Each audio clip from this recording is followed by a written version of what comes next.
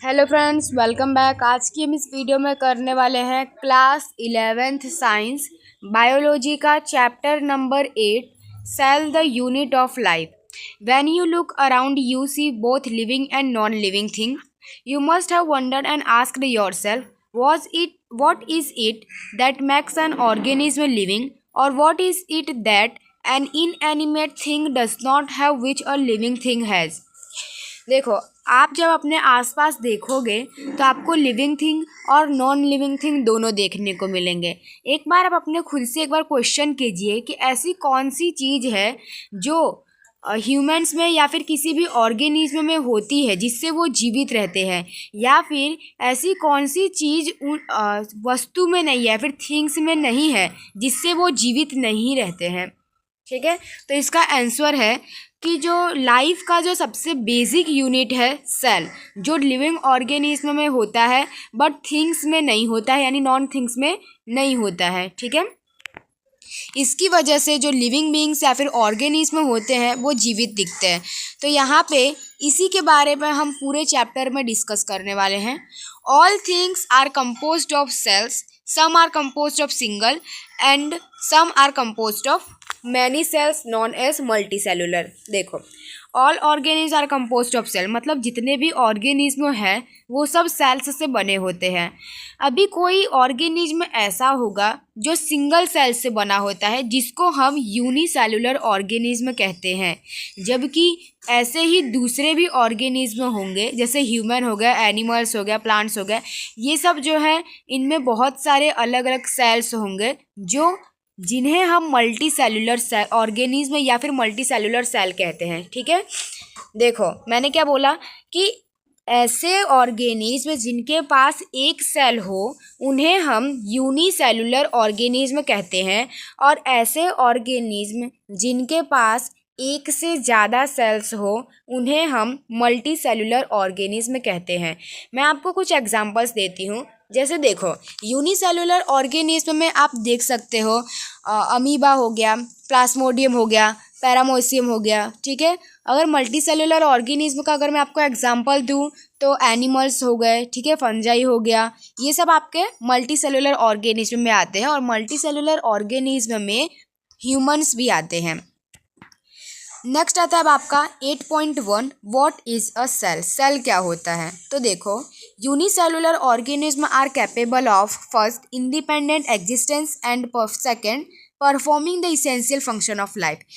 तो देखो, unicellular organism जो होते हैं, यूनिसेलुलर मतलब याद रखना, यूनिसेलुलर मतलब कि जिनके पास एक सेल हो, ऐसे ऑर्गेनिज्म को हम यूनिसेलुलर बोलते हैं। ठीक है, तो यूनिसेलुलर ऑर्गेनिज्म जो है वो इंडिपेंडेंट एग्जिस्ट कर सकते हैं, और उनका एक ही सेल उनके पूरे लाइफ का जो भी मेन इसेंशियल फंक्शंस है वो परफॉर्म करता है। जैसे तो देखो, एक्सक्रीशन हो गया, डाइजेशन हो गया, रेस्पिरेशन हो गया, ये सब जो काम है यूनिसेलुलर में एक ही सेल करता है।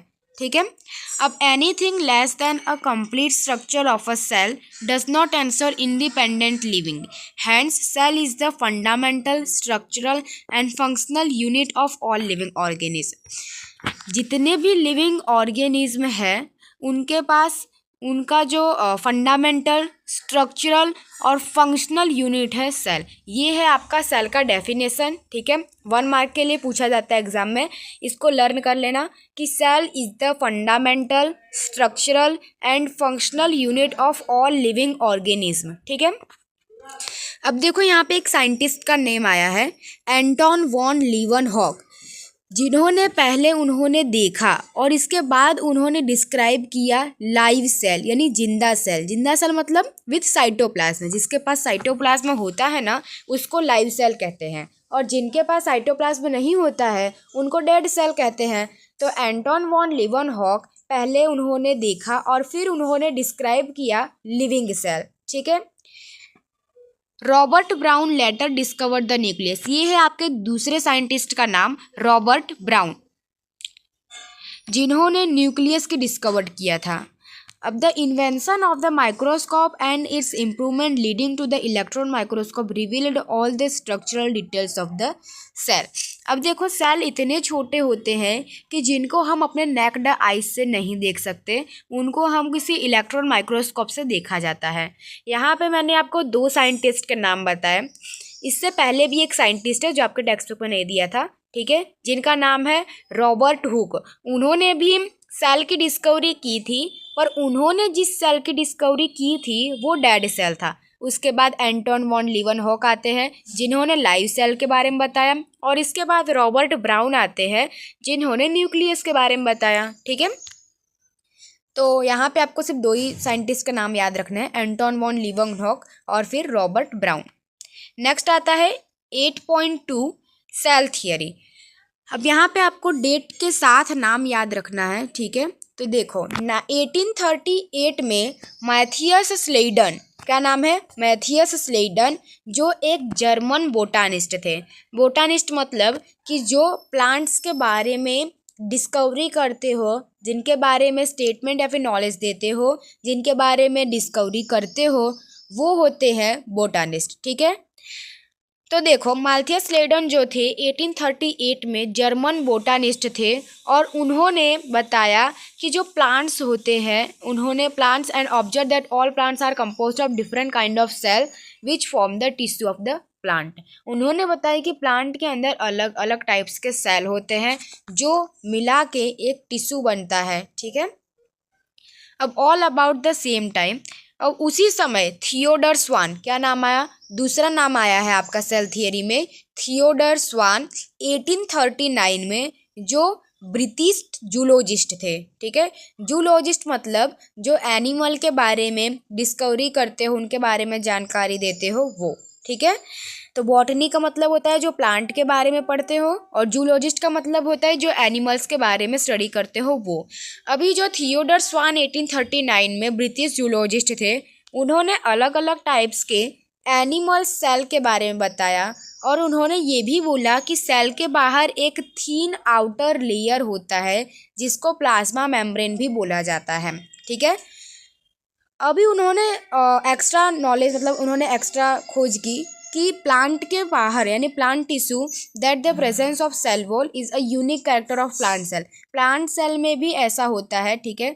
प्लांट के बाहर भी एक वॉल, मतलब आप कह सकते हो थिन आउटर लेयर ही होता है जिसको हम लोग सेल वॉल कहते हैं, ठीक है। तो एनिमल में हम लोग उसको प्लाज्मा मेम्ब्रेन बोलते हैं, और प्लांट में उसको हम सेल वॉल बोलते हैं। अब on the basis of this, जो Schwann propose the hypothesis that the bodies of animals and plants are composed of cells and product of cell, और इसके बेस पर थियोडर स्वान ने ऐसा हाइपोथेसिस का मतलब स्टेटमेंट, उन्होंने ऐसा बोला कि एनिमल और प्लांट की जो बॉडीज़ है वो जो है वो सेल से बनी हुई है, ठीक है। अब देखो स्लेडन और Schwann together formulate the cell theory. अगर आपको कोई ऐसा क्वेश्चन करे कि सेल थियरी किसने दी है, ठीक है, तो आपको क्या लिखना है, स्लेडन और स्वान दोनों ने सेल थियरी दिया था। ये जो सेल थियरी है उन्होंने did not explain as how to new cells were formed. अब उन्होंने ऐसा बता नहीं पाए कि नया सेल बनता कैसे है। उन्होंने ये बता दिया जिंदा सेल होता है, ठीक है, उसके अंदर न्यूक्लियस होते हैं, ठीक है, फिर बोटानिस्ट के बारे में बताया, जूलॉजिस्ट के बारे में बताया। लेकिन अब उनको जो क्वेश्चन रुडोल्फ विर्शो ने पूछा कि नया सेल कैसे फॉर्म्ड होता है, तो वो लोग नहीं बता पाए। इसके बाद ये आपके तीसरे साइंटिस्ट का नाम आता है, ठीक है, सेल थियरी में, रुडोल्फ विर्शो 1855 में। उन्होंने बताया कि जो सेल्स है वो नया सेल कैसे बनता है। तो जो प्री एग्जिस्टिंग सेल, मतलब जो पहले से जो सेल होता है उसमें से नया सेल बनता है, ठीक है। मान लो कि पहले कोई भी एक सेल हमारे शरीर में है, फिर उसका डिवीज़न होगा, ठीक है, और फिर वो डिवीज़न होकर न्यू सेल्स फॉर्म्ड होगा। तो उन्होंने भी यही बोला कि new cell are formed from the pre existing cell. उन्होंने ये अपनी भाषा में बोला, ठीक है। ओमनिस सेल्यूला ई सेल्यूला, ये जो है आपके नीट एमसीक्यू में पूछे जाते हैं, ठीक है। He modified the hypothesis of Sladen and Swan to give the cell theory a final shape. तो cell theory as understood today is first, all living organism are composed of cell and product of cell. Second, all cells arise from pre existing cell.